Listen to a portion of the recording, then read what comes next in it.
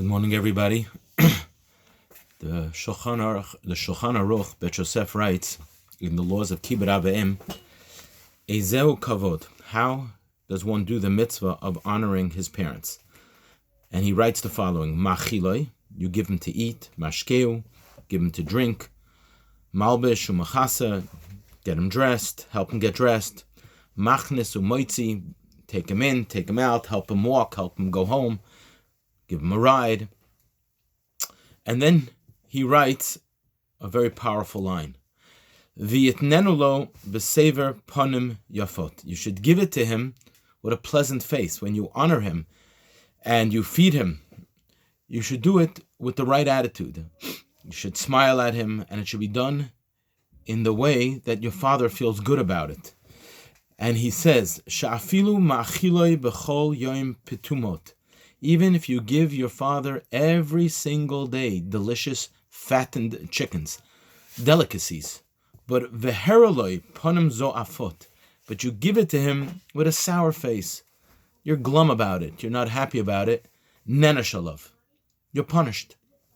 The Ramah adds, and the opposite is true as well. You could have a case where your father actually is doing something for you, and you're honoring him, and it's done in the right way, and he feels good about it.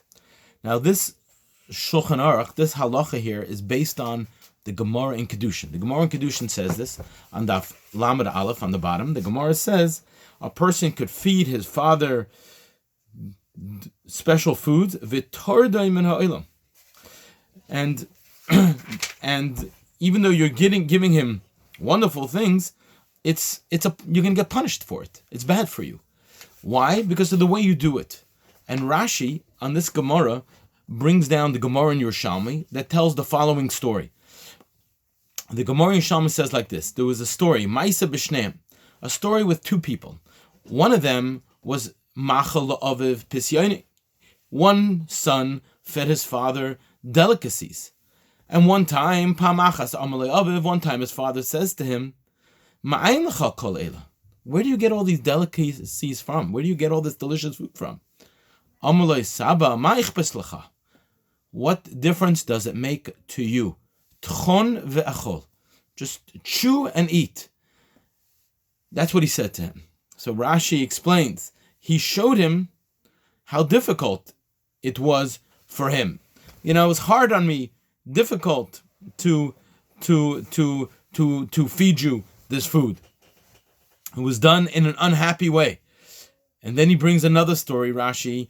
B'shuv ma'aseh echad, there was a different story with a boy that his job was, he was tochen b'rachayim. He would grind at a mill. That was his job.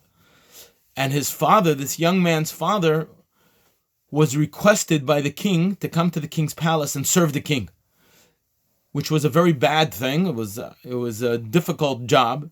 The son said to the father, Dad, my dear father, I will go to the king for you, and I will suffer working in the king's palace, but I need somebody here to grind back home, to run the mill. Father, will you run the mill for me so I can go out there and do the work in the king's palace, which is difficult work? So here a son asks his father to work for him, and it's going to bring him olam haba, because it's honoring him. It's not what you do for your father as much as how you do it.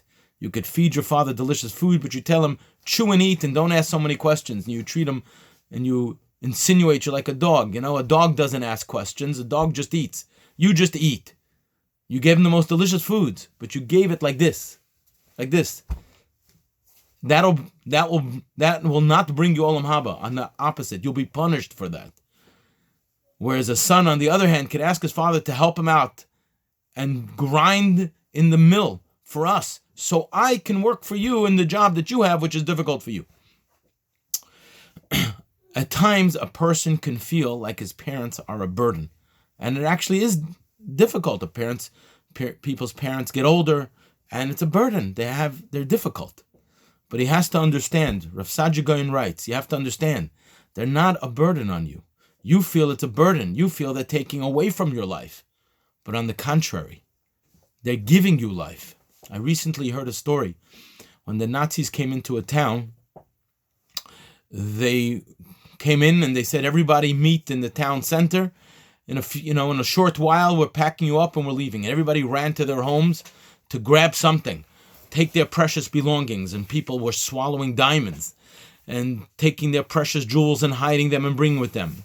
One father comes into the home and he tells his son, my dear son, get me my Shabbos, my special Shabbos coat. And then he tells his son, it's missing a button. I need you to sew the button in. Please sew in the button.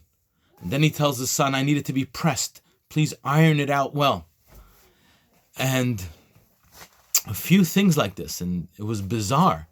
It was bizarre. Everybody's grabbing their basic needs, their basic things so that they can survive. They're taking diamonds so they could survive through the war. And what are you doing? You're asking your son to sew on a button on your Shabbos coat? So the father explained, I'm doing what everybody else is doing. Everyone here is taking precious things. They're worried how they're going to survive, how the children will survive, so they take jewels. I am offering my son life because I'm giving him the mitzvah of Kibbud Av V'Em. The greatest bracha for life is Kibbud Av V'Em. If he honors me now, he will ultimately live and make it through the war. And that's actually what did happen. This young man survived the war. B'schus this Kibbud Av V'Em. The ability to honor a person's father and mother, we look at it as a burden. It's not a burden. It's not a burden. And yes, it could be very, very challenging. But if we do it, and we do it with a smile, then we merit the great reward in this world and in the next world. Have a wonderful day.